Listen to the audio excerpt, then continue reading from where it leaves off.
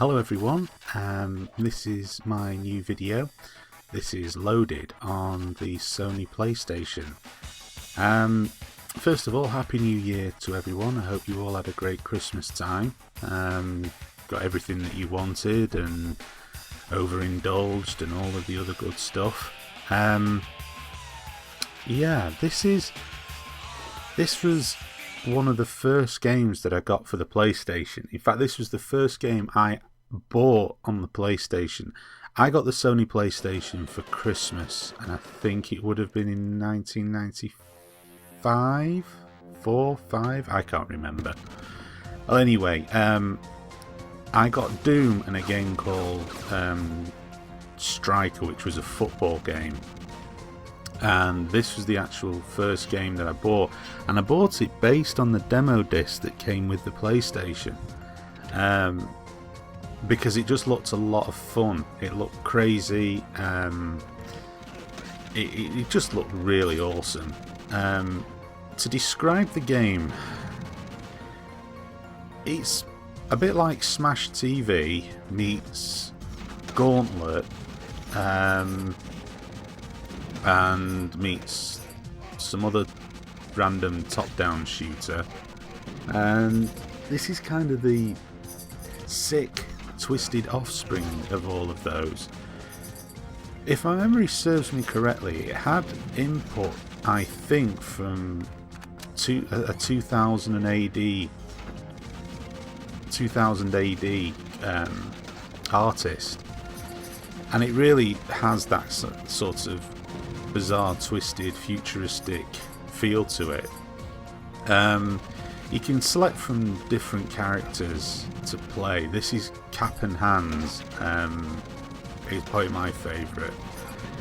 And the basic objective is to go around and kill everything and blow everything up. You can collect power-ups and smart bomb weapons and stuff like that. Ammunition and what have you. It's very, very simple. It also probably has a touch of a top-down Doom with it associated with it as well, because you have to collect the appropriate coloured door keys in order to open doors, which allow you to get more door keys and so on. I mean, by today's standards, the gameplay is very basic, but in many respects that's where its strength lies. It's simplistic, just go around, shoot everything nature. Is really good for a blast, and graphically it still looks pretty damn good. It really showcased the lighting effects on the PlayStation, which was, back then was a pretty big deal. It also spooled the music off the CD-ROM as well, and the music was pretty awesome too.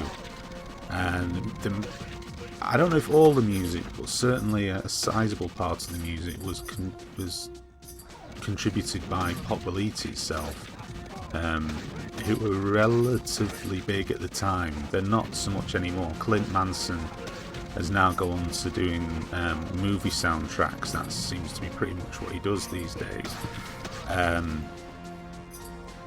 And yeah, I mean, it really added to it. It was just, I don't know, it was kind of one of the games that sort of came along and said, right, this is what this new generation's going to be about. This is what the PlayStation's going to be about. We're not talking about, child-friendly games consoles anymore. And it was so much better for it. I say I really, really enjoyed it, and going back and playing this game to do this review, I really enjoyed it as well. So yeah, as far as Loaded itself goes, there's not really a whole lot else to say about it. It's really challenging too. I mean, it gets quite manic as you get on in the game. So yeah. What I wanted to do with this video as well, because this is my first video of the new year, I sort of wanted to do a bit of a play and chat as well. I uploaded a video just before Christmas. I think it was on the Friday before Christmas, which was the California Games Review, and I thought I'll do something a bit funny at the beginning. I'll do something that, you know, made my epic failure at this game more humorous, so I thought, which was to put a bit of the Imperial theme set with a bit of a Star Wars style scroll. And then I didn't really think anything of it, to be honest. I mean, first of all, I am aware of how the copyright thing works with YouTube and so on and so forth, but because it was just such a short blast of the music, it wasn't, you know, it wasn't even it wasn't the whole song or anything like that. It was just a short blast, and, you know, it was sort of tagged on the video. I didn't really think anything of it. I think it was between Christmas and the New Year I checked my YouTube channel. Well, I actually got an email from YouTube to say that a company called SME had logged that there was a potential copyright infringement. And I thought, well, okay, who is this company? Turns out that's Sony Media Entertainment. So straight away I figured, well, this, you know, and it was to do with the audio. It actually told you on the email what the area of concern was. So I knew straight away it was going to be the Star Wars one, and I was a bit peeved because although I wasn't made to take the video down, I mean, it's not actually been flagged, and YouTube are asking me to take the video down. You know, they just pretty much say you don't need to do anything. But we may place adverts on this video, which I think is, you know, is kind of interesting, really. It's like, okay, you know, fine, stick adverts on it. I'm not part of the revenue program anyway, because from what I understand, it's more trouble than it's bloody worth. So yeah, do whatever, because I'm not taking the video down, and I'm certainly not changing it. Not for something that's like a 12-second blast of music. I don't see how that in any way, shape or form infringes copyright. And like I say, I mean, I know how it works, so I mean, that's not why I'm peeved. What I'm kind of a bit peeved about is the fact that is how these companies operate, why they get so peevish about something like that. First of all, it's a 12-second blast of the music. It's not the whole song or the whole piece of music, of which I would be more understandable, because then that is clear that somebody's just uploading music and sticking it on a video. So I don't necessarily have too much of a problem with that.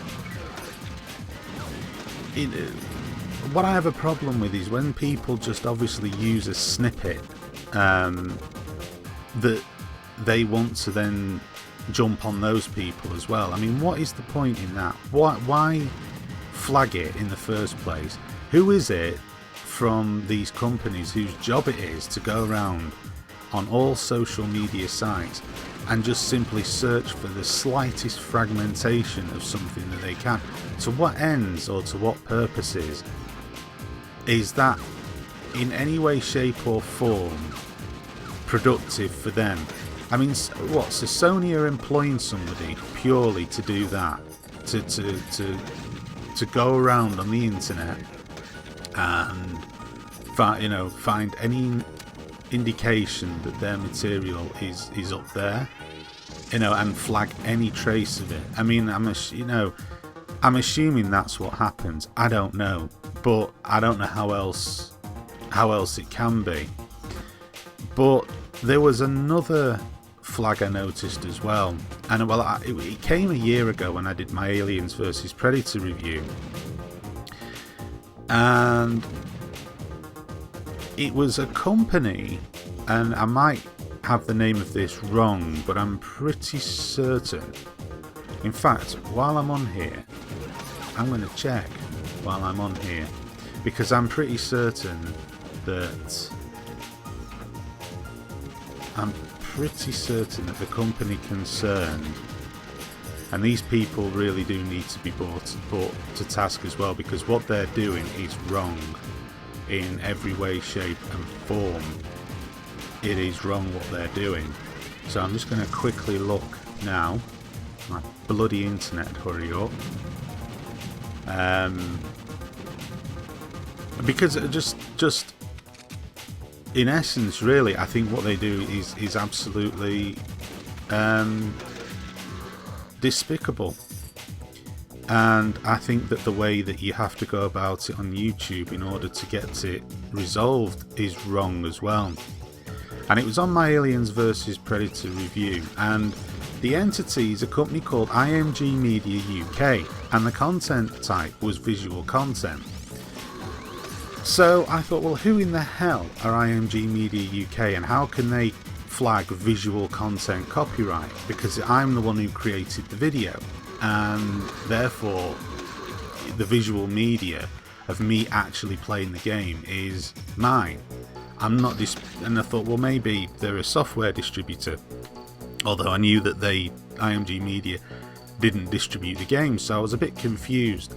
I had a bit of a nose around the internet while I was on my bits of my anti-Sony Media Entertainment warpath, and found out that these actually falsely flag videos, they don't hold any copyright whatsoever to anything. So what they do is they go around and they falsely flag videos, and then what you have to do in order to contest this, you have to provide personal information to YouTube. So if you dispute this, if you dispute the fact that, you know, this company, this turd-like crap company that owns copyright to absolutely nothing at all is going out there and making these, well, let's say false accusations, they then get to know your personal information and they start spamming you. So they're nothing more than a bunch of spam bot moron gits. So yeah, this is kind of another thing. I mean, I've just ignored it, to be perfectly honest with you. Now, I imagine that if I ever wanted to monetize my account, I wouldn't be able to because of these flags, and I would imagine that people who have monetized their account could end up losing it because somebody makes this type of false flag. Now, I don't see why I should be forced. They can do it without any type of revealing of their personal information whatsoever. I don't see why I should be forced to do that when there's people going around making false flags against your account. I think it's bullshit. I think that YouTube seriously need to look at that, because to falsely accuse somebody of a copyright infringement should be treated even worse than a copyright infringement offence. I've always been a believer in that. To falsely accuse somebody of an offence should be treated worse than an actual offence itself, because it's disgusting. And I mean, it also opens up the avenue for, if you ever end up in some sort of debate with somebody, you know, they can just do that. They can arbitrarily do that. And if you have a monetized account, and I know you don't get a huge amount of revenue from it, but that's not the point. It can bugger all that up, and then you've got to go through the ridiculous process of proving your innocence, which just, I don't know, it just seems ridiculous to me. So yeah, I was a bit annoyed about that. I mean, I was annoyed that the pettiness of Sony, although I'm not surprised, but I was also annoyed to discover, I mean, as I say, when it was flagged on the video initially, I didn't really do much investigation, but having investigated IMG Media UK, there is actually a video, I think, somewhere on YouTube if they've done it to somebody else, and he actually took them on. Now, to me, that whoever is responsible for that should be booted off YouTube personally, and probably bloody fined a huge amount of money as well. And that's never going to happen, but that's just because I can be a vindictive sod, I suppose. But yeah, anyway, that's enough of that. I'm not going to start a new year with dwelling too much on that bullshit. So yeah, I had a very good Christmas and a very good New Year. Got lots of really nice gifts. Did quite a bit of retro gaming. I always play Doom on the PlayStation around this time of the year, and it's become almost as traditional for me as, you know, sticking the Christmas decorations up and having mince pies and turkey and God knows what. I don't know why. I think it's just, again, it's probably because I got it for the PlayStation at Christmas and I was completely blown away by it. As I've said in my earlier videos, the PlayStation version of Doom is by no means the definitive one. That for me remains the PC. But what it was rather than they go for the straightforward conversion and try and shoehorn the PC version onto the PlayStation, the developers rather intelligently made the game more suitable to the PlayStation, and they added some really neat features in there that wasn't in the PC version. For example, lighting effects and the soundtrack as well. The soundtrack on the PlayStation version of Doom, in my opinion, is far superior than the soundtrack that was found on the PC version. I never really took to that sort of MIDI guitar type thing. It's okay, I suppose. I mean, that was the original soundtrack, but the more sort of haunted,